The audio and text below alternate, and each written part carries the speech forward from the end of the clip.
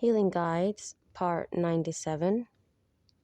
So this is a really short episode. I know this doesn't necessarily seem like it connects because it connects to other things too that already happen in this world, which is just crime.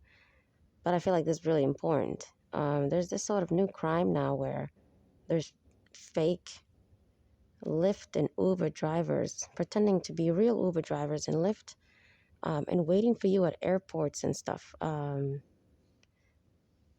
Please don't do that. Don't ever let an actual person, a stranger, whatever, approach you and be like, hey, I'm a taxi driver, or I can, give you a ride to where you need to go. I'm Uber, I'm Lyft. No.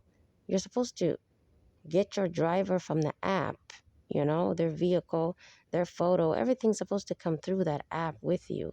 So just be careful and, you know, do things the way that they're supposed to be done, and don't let outside ways ever sort of enter your system. Always be smart. You're using Lyft, you're using Uber to travel. Well, then go on their app, and whoever they are showing you is who you need to, wait for. And then you check. You check their face, you check their vehicle, the VIN number, etc. Don't just get into a car, even if it's also from the app. You get me? Because you still want to make sure it's still the person. I've used, Lyft, for example, for many years when I used to go to jobs, when I used to travel. So for me, it was like my main transportation. And I don't understand why anyone would just randomly take a random person, approaching them and saying, hey, I'm Lyft, No, you get matched with someone online. Why would someone just approach you and be like, I'm Lyft? That's not logical. So I don't know what's wrong with human beings and why they fall into these things, but don't fall into it. Take care of yourself. And also at any given point, if the actual, Lyft or Uber driver makes you feel unsafe, right? It's not always about behavior, it's your gut. That's how you know. God is guiding you, obviously. So you have to also use your gut, not just behavior or appearance. If you don't feel safe, then obviously don't ride with them. Don't talk to them or anything. Just move away and cancel it. Because if you talk to them, that's actually why you felt unsafe. They're going to harass you. You get me? They're not going to just be like, whatever. They're going to actually harass you, try to get an argument because they can feel it. Since they're evil humans, they're possessed by demons. Their demons can tell you're not going to ride it, that this human is exposed. They don't want you to, expose that about them. So they're going to obviously try to attack you, retaliate against you, make this human talk to you, harass you, and try to then maybe call the cops on you and make it seem like you made them uncomfortable. They'll create chaos and drama, like that Karen that everyone talks about online. They're not going to let it go if they can sense that you sense they're evil, and they may try to do crime or harass you, or you just don't feel comfortable. They'll try to retaliate because they don't like the fact that you can tell they're evil. You get me? Because they like to hide evil, obviously. Evil humans don't like to be known for being evil. They walk around every day pretending to be normal people. So that's going to make them uncomfortable. You get me? And they think they have the right to then somehow harass you. So they don't know you. You get me? Only you get to see their face on the app or website. They don't know you. So you can easily move away, walk away.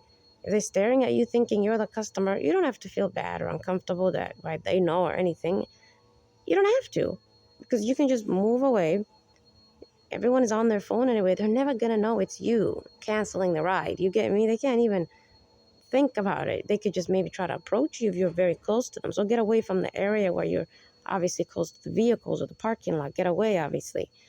Then they can't try to talk to you. And then 3, if you're already in the vehicle, they make you feel unsafe or uncomfortable. First, obviously, speak up. You don't have to always get off the vehicle. Like they're trying to make you uncomfortable or get in your personal space. You tell them. You explain your boundaries and you record in a secret way if that's comfortable. But if you actually feel fear for recording, right? Or feel fear of even being in the car, then get out. You get me? Just be smart and be reasonable. I always used to cancel on like hundreds, like sometimes 2-3 hours I would cancel on the driver that Lyft would match me with, because demonic spirits persecute me. So they intentionally would set me up with the most evil drivers, usually, male. And the ones I hate the most, the ones that would bother you, talk to you, try to invade your person, the most perverted, they would match me up with them. And Lyft has a lot of nice people who are just normal people who are drivers. I never get them. I get the worst of the human race who drive for them that are just matched with me. And again, right, they obviously drive for other people. They have other customers, but they're not going to bother them. You get me? Since demons follow me through evil humans they're possessing who are perverted, they're gonna, you get me, control that perverted human to harass me that moment, even if they don't technically harass people every day in their job or whatever. They're just gonna harass me. You get me? Because the demon is controlling them. So you get me? You're gonna have to then do that. You're gonna have to get out of the car if they make you feel unsafe. And don't let energy or thoughts or anything like that get too far or too worse. You might have to cancel for minutes and minutes and hours. If as you look at their face, your gut is telling you they're a threat, they're a danger. Don't, ride with them. You get me? You don't like them. You don't feel comfortable. Well, then keep canceling on them. The app sometimes charges you for that. You let them know, right? And keep looking for the next ride. But if it's too problematic, then just do your best to take the bus or something else. Don't burden yourself, obviously. Your safety is important. Okay, take care of yourself.